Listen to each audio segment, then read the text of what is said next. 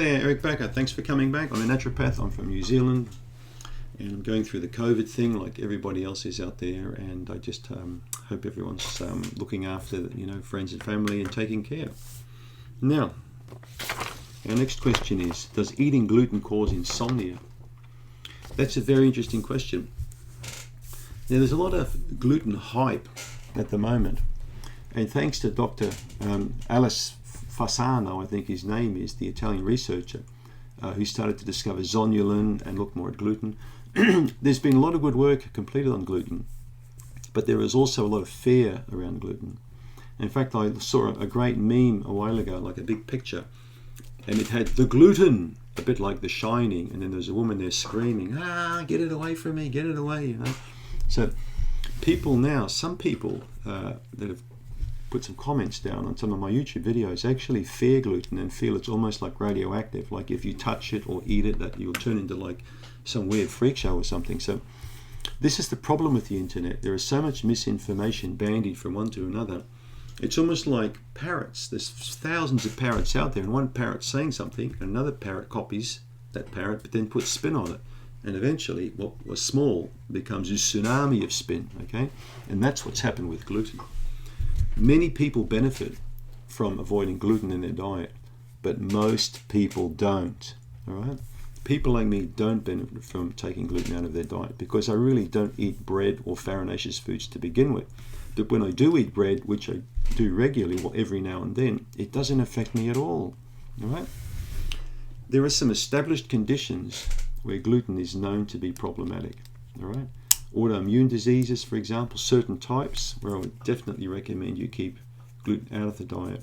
And particularly celiacs, condition like that, well, you can't eat gluten. We know that, but that's between 1 to 2% of the population. But I'm not here to tell you why you should and shouldn't eat gluten. We're here to talk about it if it causes insomnia.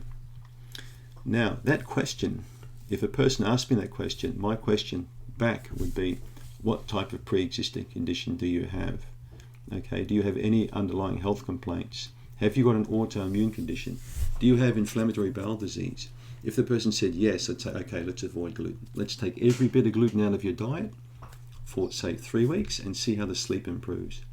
If the insomnia did not change at all, there's probably not a link then, okay?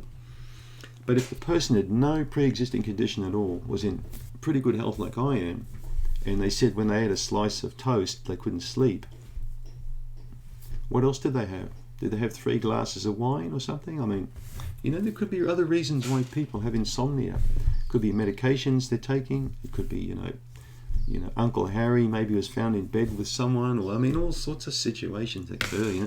People can't sleep sometimes because they've got stuff playing up here. All right. 2 types of insomnia. We've discussed these a lot. Sleep onset and sleep maintenance. Meaning you go to sleep okay, the sleep onset, but then you wake up, or you wake up and you sleep, and you wake up and sleep the whole time. So think carefully on the type of insomnia that you've got. Is it the sleep onset that you can't get to sleep, or the sleep maintenance where you can't maintain sleep? Right? And again, there could be medical reasons why you've got insomnia. The first thing I usually ask a person with insomnia to do is take more magnesium tablets. So take 2 or 3 magnesium tablets with breakfast, 1 or 2 with lunch, and then 1 or 2 just before bed.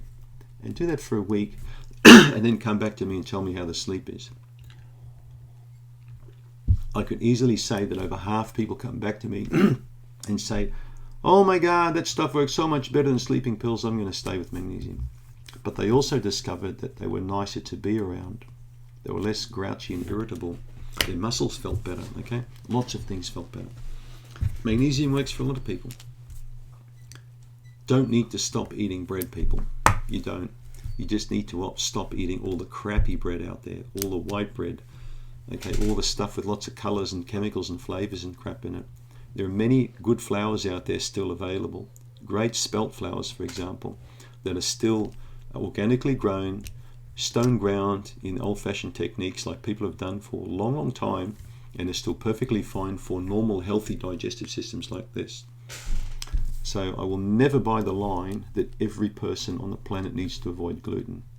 In fact, with COVID, the crazy thing is everyone stepped their gluten intake up. okay, because the flour mills can't keep up with it. And yet I'm not seeing an influx of people dying all over the place and jumping off buildings because gluten's made them go loopy, and and I haven't seen the hospitals full of people with gluten disease. And so come on, let's just stop this gluten hype once and for all. People with pre-existing conditions, especially autoimmune, and people with very poor gut functions destroyed by the medical profession after antibiotics, yes, let's take gluten out of their diet for a while, okay? Maybe for 6 or 12 months. But I'll never buy the line that gluten's toxic for every single person. Have a look in Japan, where one of the top dishes is actually 100% gluten dish. Okay, S-A-T-A-N, satan, 100% gluten, right? Wake up. And also, remember, last thing I'll leave you with, if you have got insomnia, check out my insomnia videos. There should be some of them. Thanks for checking out the video.